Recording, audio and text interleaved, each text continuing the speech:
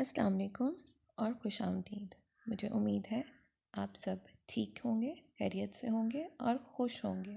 आज की हमारी कहानी है शंकर हांगकुक के बारे में। अभी के लिए आप इनके बारे में बस इतना ही जान लीजिए कि इन्होंने अपनी बीवी और 3 बच्चों का कत्ल किया। कब, कैसे, क्यों, ये आपको आगे चल के सब पता लग जाएगा। चलें जी, आज की कहानी शुरू करते हैं।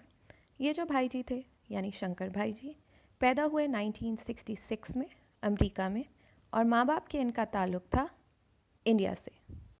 आला तालीम इन्होंने हासिल की यूनिवर्सिटी ऑफ फीनिक्स एरिज़ोना से और डिग्री इन्होंने की MBA की। शंकर भाई जी ने डिग्री कंप्लीट करने के बाद एज अ डेटा एनालिस्ट एक मल्टीनेशनल कंपनी में काम करना शुरू किया।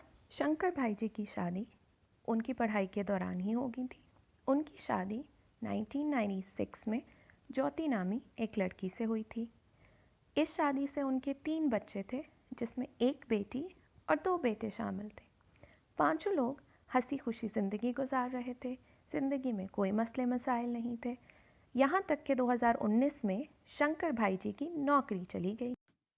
नौकरी जाने के बाद शंकर भाई साहब ने नौकरी ढूंढने की बहुत कोशिश की। उन्होंने बहुत सारी कंपनीज़ में अप्लाई किया, लेकिन उन्हें नौकरी ना मिल सकी। शंकर भाई जी के पैसे ख़त्म हो रहे थे, उन्हें टैक्स भी पे करना था जो था $17,800। घर के अखराजात भी पूरे करने थे। इन सब परेशानियों में बजाय कि शंकर भाई जी और नौकरी ढूंढते, उन्होंने एक और प्लान बनाया। वो ये था, क्यों ना अपने घर वालों को कत्ल कर दिया जाए। 7 अक्टूबर 2019 को शंकर भाई जी ने अपनी बीवी को खुदकुशी करने पर उकसाया। ना सिर्फ उकसाया बल्कि जानबूझकर खुदकुशी करने में उनकी मदद भी की। इस तरह 7 अक्टूबर को उनका इंतकाल हो गया। उन्होंने खुदकुशी किस तरह की, इसके बारे में कहीं पे भी कोई मालूमात नहीं मौजूद। अगले दिन 8 अक्टूबर 2019 को शंकर भाई जी ने अपनी 16 साला बेटी गौरी को इस बात पे मनाया कि वो खुद को फांसी दे दे। इस तरह अगले जहां में वो सब आपस में मिलजुल कर खुश रहेंगे। ना सिर्फ उन्होंने उसको मनाया बल्कि उसको खुद को फांसी लगाने में मदद की। इसी तरह अगले दिन 9 अक्टूबर 2019 को अपने 13 साला छोटे बेटे को भी कत्ल कर दिया फांसी लगा के।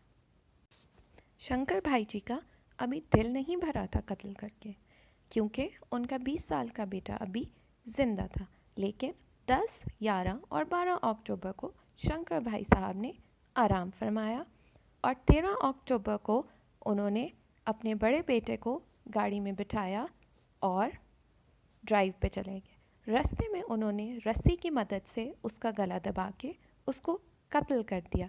इसके बाद भाई साहब ने गाड़ी चलाना शुरू की और गाड़ी चलाते चलाते अचानक अपनी गाड़ी उन्होंने पुलिस स्टेशन की तरफ मोड़ दी और फिर उन्होंने अपनी रिहाइश से 320 किलोमीटर दूर माउंट शास्ता पुलिस स्टेशन पे गाड़ी जाके रोकी और ड्रामाई अंदाज में अंदर जाके पुलिस ऑफिसर्स को अपने 4 कत्ल जो वो कर चुके थे उसके बारे में बताया।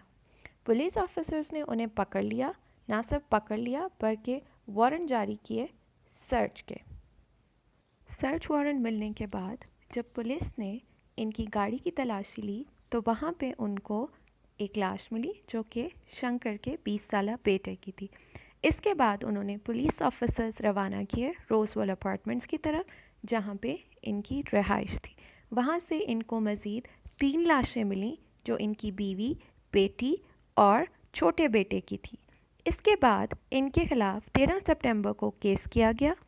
केस इनके खिलाफ प्लेसर काउंटी सुपीरियर कोर्ट में किया गया, जिसमें 4 जुर्म थे, जिसमें 3 फर्स्ट डिग्री मर्डर्स थे और एक जिसमें खुदकुशी करने में जानबूझकर मदद करने का केस था। इनिशियली शंकर भाई जी ने डिनाई किया अपने खिलाफ सारे के सारे जुर्म, लेकिन बाद में खुद ही उन्होंने माना।